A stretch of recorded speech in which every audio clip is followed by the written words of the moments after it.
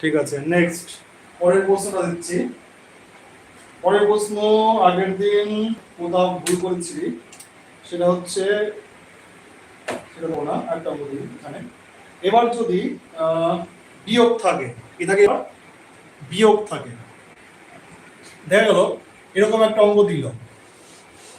কি অঙ্ক দিল? দিল হচ্ছে √7 x সমান সমান √7 প্লাস 2 আর √7 মাইনাস 2, y সমান হচ্ছে √7 মাইনাস 2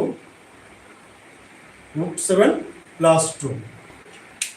তবে x প্লাস y এর মান কত? তবে x প্লাস y এর মান কত? এই অঙ্কটার ক্ষেত্রে আরো সহজ। দেখ, এই সূত্রগুলো এক ধরনের জিনিস পড়ে, যেমন মনে আছে যে যদি a প্লাস বি তার whole square, sorry a plus B তার whole square plus a minus